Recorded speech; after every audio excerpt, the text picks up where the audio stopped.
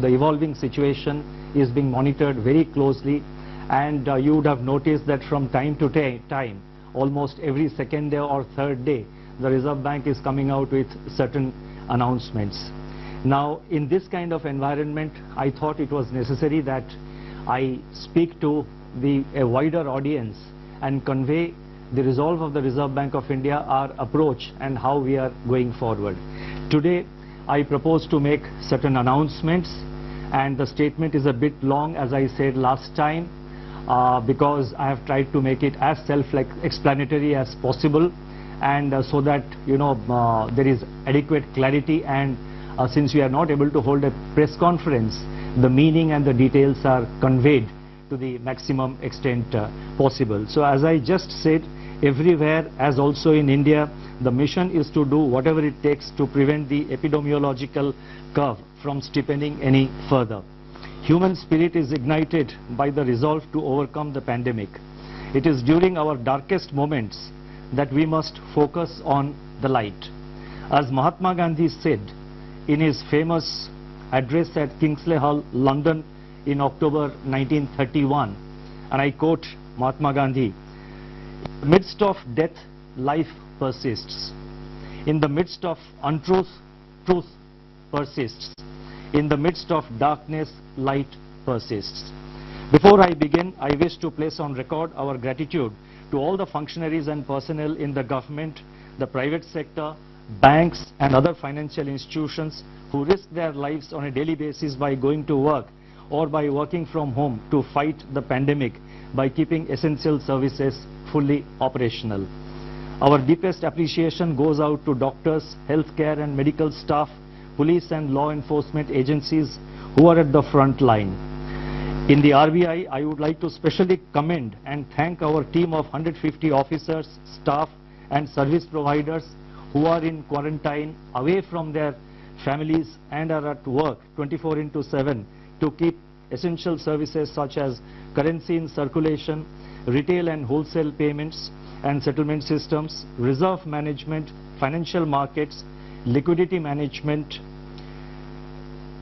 financial regulation and supervision, and a host of other services available so that the nation may survive COVID-19.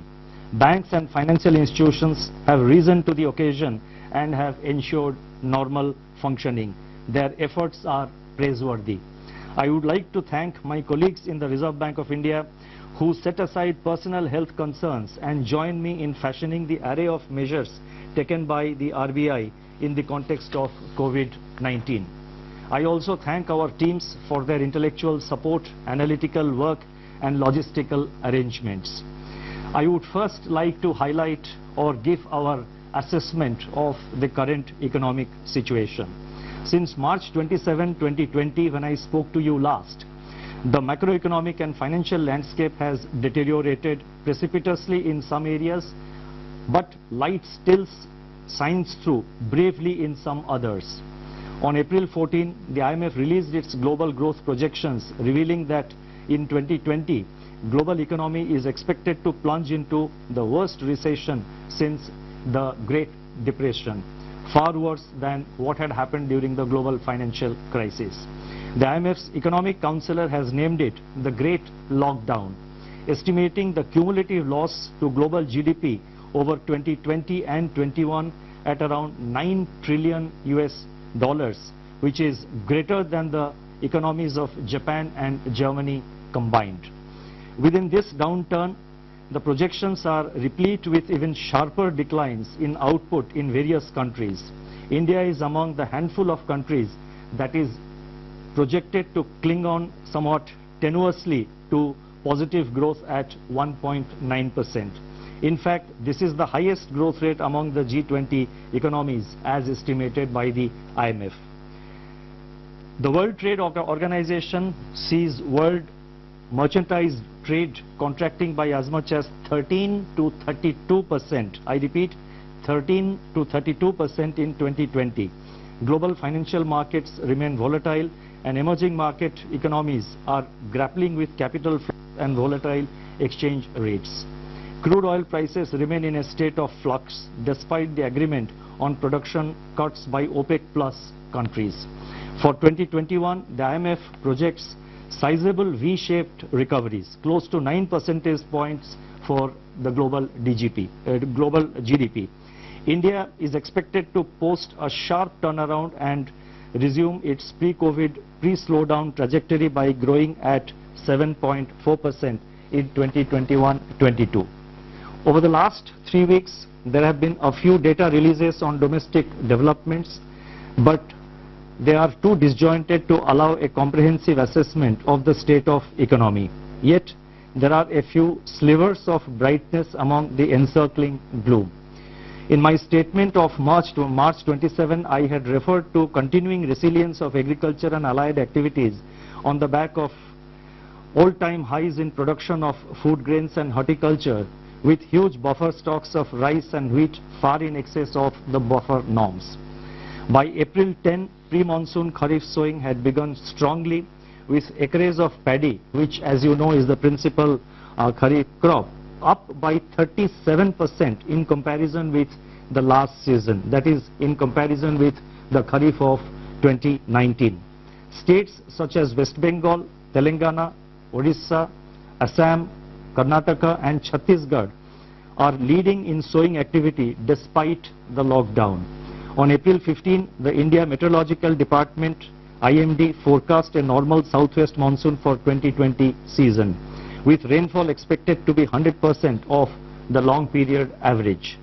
These are early developments and they bode well for our rural demand, supported as they are by accelerating fertilizer production, which was noticed up to February 2020. The robust growth of 21.3% in tractor sales up to February 2020 as against a contraction of 0.5% in the corresponding period of the previous year may provide an offset to farm labor shortage on account of the lockdown. In other production sectors, the situation is more somber. On April 9, the Index of Industrial Production for February was released, showing that industrial output accelerated to its highest rate in 7 months.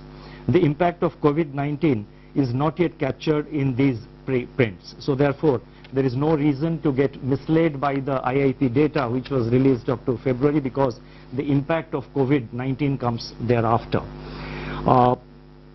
More tellingly, however, the revival in electricity generation, a coincident indicator of demand that had commenced from January 2020, has been halted by a sharp fall in daily demand in the range of 25 to 30% after the lockdown announcement on March 25th. Automobile production and sales, port freight traffic declined sharply in March, as recently released data indicates. The Manufacturing Purchasing Managers Index, that is PMI, for March 2020, which was released on April 2, was the lowest in last 4 months. Notably, suppliers' delivery time lengthened for the first time in 5 months, indicating supply disruptions. The April 6 release showed that services PMI declined into contraction in March 2020, pulled down by a sharp downturn in export business, new domestic orders and employment. In the external sector, the contraction in exports in March 2020 at minus 34.6% has turned out to be much more severe than during the global financial crisis. However, amidst all this, the level of foreign exchange reserves which we have continue to be robust at US dollar 476.5 billion on April 10th, equivalent to 11.8 months of imports. Turning to the status of banking operations since the nationwide lockdown was imposed by the Government of India, the RBI has taken a number of steps to ensure normal business functioning by the entire banking sector. As a result, payment infrastructure is running seamlessly. Banks have been required to put in place business continuity plans to operate from their disaster recovery sites and or to identify alternate locations for critical operations so that there is no disruption in customer services. Our data show that there was no downtime of internet or mobile banking. On an average, ATM operations stood at 91% of the full capacity. The average availability of business correspondents is over 80%. Regional offices of RBI have supplied fresh currency of rupees 1,20,000 crores from March 1 till April 14th to currency chests across the country to meet increased demand for currency in the wake of COVID-19 pandemic. Banks have indeed risen to the occasion by refilling the ATMs regularly despite several logistical challenges. In my statement of March 27, I had indicated that together with the measures announced on March 27, the RBI's liquidity injection was about 3.2% of GDP since February 2020 MPC meeting. And as you would recall, the February MPC meeting, the announcements were made, if I recall correctly, on 6th of February. So from 6th February 2020 till March 27th, including the announcement made on March 27th, RBI had injected liquidity of an amount equivalent to 3.2% of our GDP. Since then, that is since March 27th, surplus liquidity in the banking system has increased sharply in the wake of sustained government spending. Systemic liquidity surplus as reflected in net absorptions. I am talking about net absorptions, that is the difference between the taking into account both the reverse repo and the repo. So therefore the systemic liquidity surplus as reflected in net absorptions under the LAF averaged at about rupees 4.36 lakh crore during the period March 27th to April 14, 2020. As announced on March 27, the RBI undertook 3 auctions of targeted term repo operations, that is TLTRO, injecting cumulatively rupees 75,041 crore to ease liquidity constraints in the banking system and distress financial markets. Another TLTRO auction of rupees 25,000 crore is being conducted today. In response to these auctions, financial conditions, now this is very important, in response to these conditions, financial conditions have eased. I correct myself, in response to these auctions, financial conditions have eased considerably as reflected in the spreads on money and bond market instruments. Moreover, activity in the corporate bond market has picked up appreciably with several corporates making new issuances. There are also some indications that redemption pressures faced by the mutual funds have also somewhat moderated. Against this background, and as I mentioned that we have been constantly monitoring the situation after considerable internal deliberation and after monitoring the evolving situation, and in our effort to see that the financial system is fully functional, the markets are fully functional, we have in RBI decided to announce certain additional measures, and I would now like to elaborate upon them.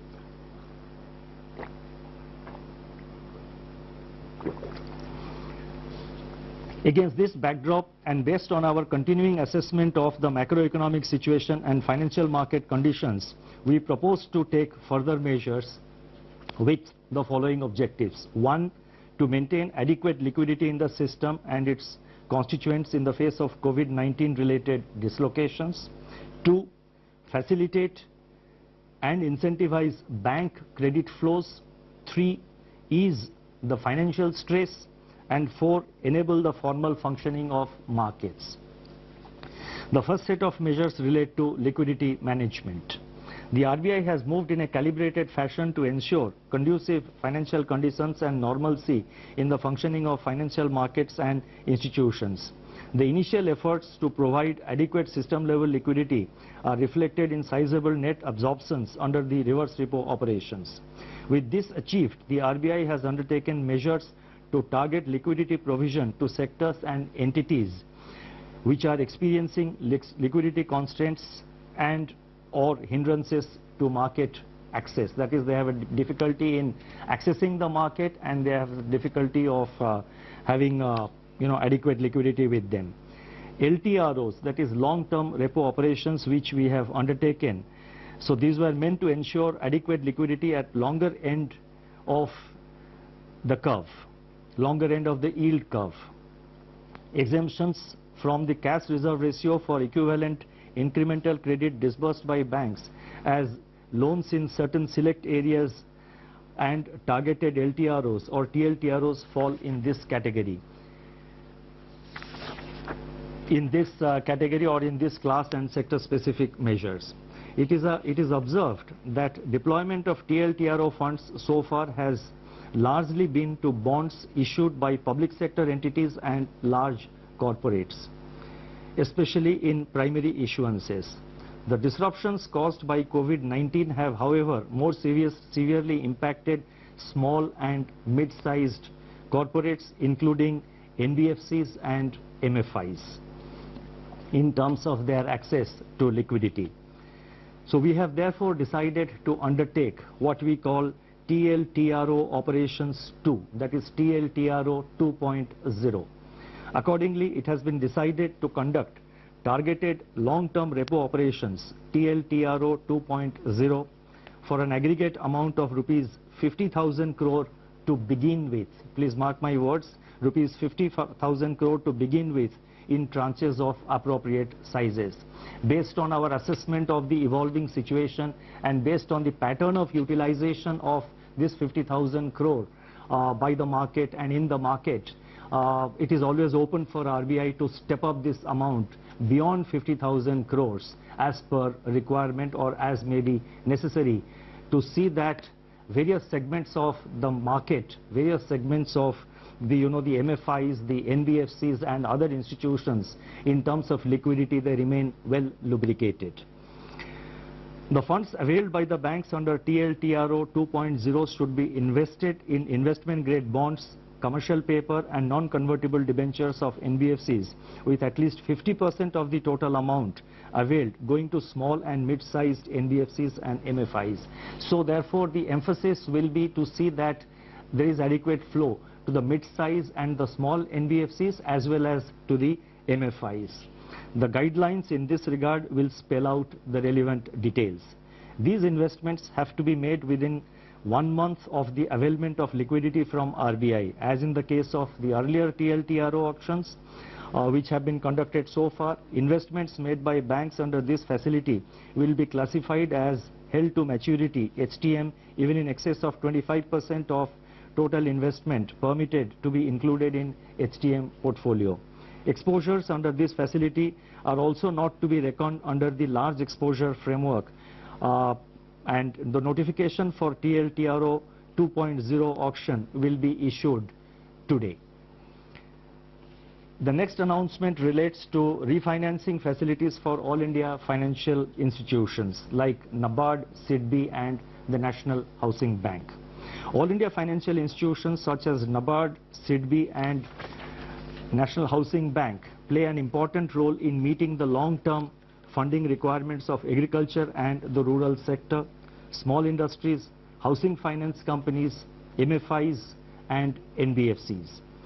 These All India financial institutions normally raise resources from the market through specified instruments which are allowed by the Reserve Bank of India, in addition to, of course, relying on their own resources. In view of the tightening of financial conditions in the wake of COVID-19 pandemic, these institutions are today facing difficulties in raising resources from the market. Accordingly, it has been decided to provide special refinance facilities for a total amount of rupees 50,000 crores to NABARD, SIDBI and NHB to enable them to meet sectoral credit needs. This will comprise of rupees 25,000 crore to NABARD for refinancing regional rural banks, that is RRBs and cooperative banks and microfinancial institutions. Rupees 15,000 crore will flow to SIDBI for on-lending and refinancing, and as you know, SIDBI will be lending this money to, by way of providing refinance to scheduled commercial banks as well as to other financial entities, NBFCs, MFIs, etc., who sanction loans to the MSME segment of the economy. And NHB will be allotted rupees 10,000 crore for supporting housing finance companies, HFCs. Now these amounts which I announced, that is totally 50,000 crore, of which 25,000 crore goes to NABARD, 15,000 crore goes to SIDBI, and 10,000 crore goes to NHB. These amounts have been determined and decided in consultation with these institutions. Should there be additional requirement by these institutions, and again depending on and based on the actual utilization of resources provided, funds provided by the liquidity provided by the RBI, if there is a further requirement, the RBI will assess the situation, review it, and take further measures to step up this level of liquidity support. Advances under this facility will be charged at RBI's policy repo rate at the time of availment. So these institutions get it today as per the repo rate, which is 4.4%. So therefore this will enable these institutions to provide the refinance at an affordable rate, at a reasonable rate, when they extend this money to various lending institutions. The next announcement, and this is very important, relates to the LAF, Liquidity Adjustment Facility, and this relates to fixed rate reverse repo rate. That is the reverse repo rate. As I have mentioned earlier, the surplus liquidity in the banking system has risen significantly in the wake of government spending and the various liquidity enhancing measures undertaken by the RBI. On April 15, the amount observed under reverse repo operations was 6.9 lakh crore. Earlier, what I had given about the system liquidity, that was net. That is the difference between the repo and the reverse repo. What I am now saying is one way of flow at the end of every day, how much flows from the system into the RBI through the reverse repo window. That has been in the order of, on April 15th, the RBI absorbed rupees 6.9 lakh crore through the reverse repo window. So that much of surplus was available with the system. Now, in order to encourage the banks to deploy these surplus funds in investments and loans in productive sectors of the economy, it has been decided to reduce the fixed rate reverse repo rate under the liquidity adjustment facility by 25 basis points from 4% to 3.75% with immediate effect. So I repeat, the reverse repo rate is being reduced by 25 basis points from 4% to 3.75%. The policy repo rate, however, remains unchanged at 4.4% because that is a matter which is decided by the MPC, and also the marginal standing facility rate and bank rate, they also remain unchanged at 4.65%. The next announcement relates to ways and means advances for states. On 1st April 2020, RBI had announced an increase in the ways and means advances limit, WMA limit of states by 30%. It has now been decided to increase the WMA limit of states by 60% over and above the level as on March 31st, 2020 to provide greater comfort to the states for undertaking COVID containment and mitigation efforts, and also to plan their market borrowing programs better. This we expect will help the states not to bunch up their borrowing program in the early part of the year, but to space it appropriately as per their requirement. The increased limit will be available, that is this increased limit of WMA up to by 60%. This facility will be available till September 30th, 2020. The next set of measures are related to regulatory measures. On March 27, 2020, the Reserve Bank had announced certain regulatory measures to mitigate the burden of debt servicing brought about by disruptions on account of COVID-19 and to ensure the continuity of viable businesses. Based on a review of rapidly evolving situation and consistent with globally coordinated action committed to by Basel Committee on Banking Supervision to alleviate the impact of COVID-19 on global banking system, additional regulatory measures are being announced today. So whatever regulatory measures we are announcing, they are consistent with the Basel guidelines. The first measure under this category of regulatory measures, they relate to asset classification. Economic activity has come to a standstill during the period of the lockdown. Now, as I go with these announcements, I request your patience because in the concluding paragraphs, in the concluding 2 or 3 paragraphs, to which I will come very shortly, I have attempted to give some kind of a forward guidance on certain aspects, so I request your patience. I repeat, economic activity has come to a standstill during the period of the lockdown, with consequential lingering effects which have unambiguously affected the cash flows of households and businesses. On March 27, the Reserve Bank had permitted lending institutions to grant moratorium of 3 months on payment of the current dues falling due between 1st March and May 31st. It is recognized that the onset of COVID-19 has also exacerbated the challenges for such borrowers even to honor their commitments which have fallen due on or before February 29, 2020 in standard accounts. The Basel Committee on Banking Supervision has taken cognizance of the financial and economic impact of COVID-19 and very recently announced that the payment moratorium periods, public or granted by banks on a voluntary basis relating to COVID-19 outbreak, can be excluded by banks from the number of days past due in respect of NPA recognition. Therefore, it has been decided that in respect of all accounts for which lending institutions decide to grant moratorium or deferment and which were standard as on 1st March 2020, the 90-day NPA norm shall exclude the moratorium period. That is, there would be an asset classification standstill for all such accounts from 1st March to 31st May 2020. NBFCs which are required to comply with Indian accounting standards Ind AS may be guided by the guidelines duly approved by their boards and as per the provisions and as per the advisories of the Institute of Chartered Accountants of India in recognition of impairments. In other words, NBFCs do have the flexibility under the prescribed accounting standards to consider such relief to their borrowers. At the same time, we are cognizant of risk build-up in banks' balance sheets on account of firm-level stress and delays in recoveries.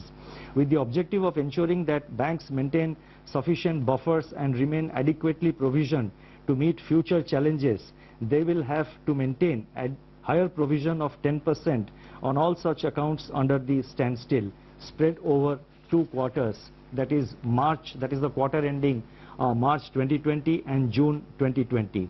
These provisions can be adjusted later on against the provisioning requirements for actual slippages in such accounts. You see, while we are announcing certain forbearances, etc., for the banks, Reserve Bank as the regulator of the banking system has to ensure that our banks remain financially healthy over a period of time and in the long term. So therefore, while announcing certain prudential relaxations, we have to necessarily see that the banking system also remains healthy. So therefore, we have required them to make certain provisions, and in any case, we are saying that these provisions can be adjusted later on against provisioning requirements for actual slippages. Only if if the slippage doesn't arise, then the banks have adequate flexibility to sort of deal with appropriately deal with it in their accounts. The next announcement relates to extension of resolution timeline. Under RBI's Prudential Framework of Resolution of Stressed Assets dated June 7, 2019, in the case of large accounts under default, scheduled commercial banks, all India financial institutions, NBFCs which are non-deposit taking but systemically important, and deposit taking NBFCs are currently required to hold an additional provision of 20% if a resolution plan has not been completed within 210 days from the date of such default. Recognizing the challenges to the resolution of stressed assets in the current volatile environment, it has been decided that the period of resolution plan shall be extended by 90 days. The details of this announcement will, of course, be spelled out in the circular which will be issued. The next announcement relates to distribution of dividend. It is imperative that banks conserve capital to retain their capacity to support the economy and absorb losses in an environment of heightened uncertainty. It has therefore been decided that in view of the COVID-19 related economic shock, scheduled commercial banks and cooperative banks shall not make any further dividend payouts from profits pertaining to the financial year ended 31st March 2020 until further instructions. This restriction shall, however, be reviewed on the basis of the financial position of banks for the quarter ending September 30, 2020. The next announcement relates to LCR, liquidity coverage ratio. The Reserve Bank, and this is a norm which has been prescribed for the banks, as you would know. Reserve Bank has been proactively taking measures to address systemic liquidity issues through a slew of monetary and market operations. In order to ease the liquidity position at the level of individual institutions, the LCR requirement for scheduled commercial banks is, we have now decided that the LCR requirement of scheduled commercial banks will be brought down from, it is being brought down from 100% to 80% with immediate effect. I repeat, LCR requirement is being brought down from 100% to 80% with immediate effect. The requirement shall be gradually, however, restored back in two phases, 90% by 1st October 2020 and 100% by 1st April 2021. The next announcement relates to NBFC loans to commercial real estate projects. In terms of extant guidelines for banks, the date for commencement of commercial operations, DCCO, in respect of loans to commercial real estate projects delayed for reasons beyond the control of promoters can be extended by additional 1 year over and above the 1 year extension permitted in the normal course without treating the same as restructuring. And restructuring, as you know, would obviously have implications for asset classification. It has now been decided to extend a similar treatment to loans given by NBFCs to commercial real estate. This will provide relief to NBFCs as well as to the real estate sector. Now, before I go to the concluding remarks, let me mention that the RBI, as I mentioned earlier, is monitoring the situation very closely. We are very vigilant about the developments, and whenever required, we will make necessary announcements. And so therefore, this is not the last of the announcements that we are announcing today to deal with the situation. As the situation warrants, we will be announcing new measures to deal with the challenges. Our effort is always to remain proactive and also to respond to the emerging challenges. Now, let me now move to the concluding portion of my remarks. In conclusion, I would like to review recent developments relating to inflation and the outlook without infringing in any way the mandate of the Monetary Policy Committee. The press release of National Statistics Office NSO on April 13, 2020 showed that CPI inflation for March 2020 declined by 70 basis points to 5.9%. This is, however, based on data gathered up to 19th March. The data showed a softening of food inflation by around 160 basis points on account of the easing of prices of vegetables, eggs, meat, fish, pulses, etc. In other categories of CPI inflation, pressures remained firm. Daily data on 22 essential food items covered by the Department of Consumer Affairs of Government of India suggest that food prices have increased by 2.3% in April so far, that is up to April 13th, in a broad-based manner, though onion prices have continued to decline, and at the same time, the PDS kerosene prices have slumped by 24% in the first fortnight of April. Domestic LPG prices also declined by 8%. These early developments suggest that inflation is on a declining trajectory, having fallen by 170 basis points from its January 2020 peak. In the period ahead, inflation could recede even further, barring of course any supply side disruption shocks, and may even settle well below the target of 4% by the second half of 2021.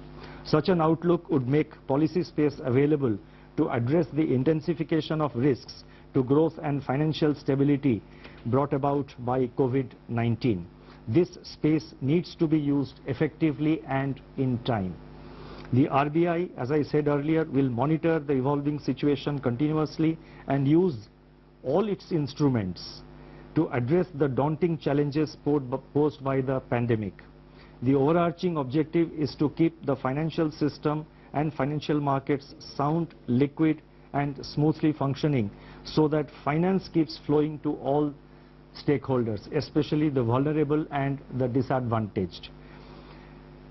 Regulatory measures that have been announced so far, including those which are announced today, are dovetailed into the objective of preserving financial stability. Although social distancing separates us, we stand united and resolute. Eventually, we are confident that we shall cure and we shall endure. Thank you very much.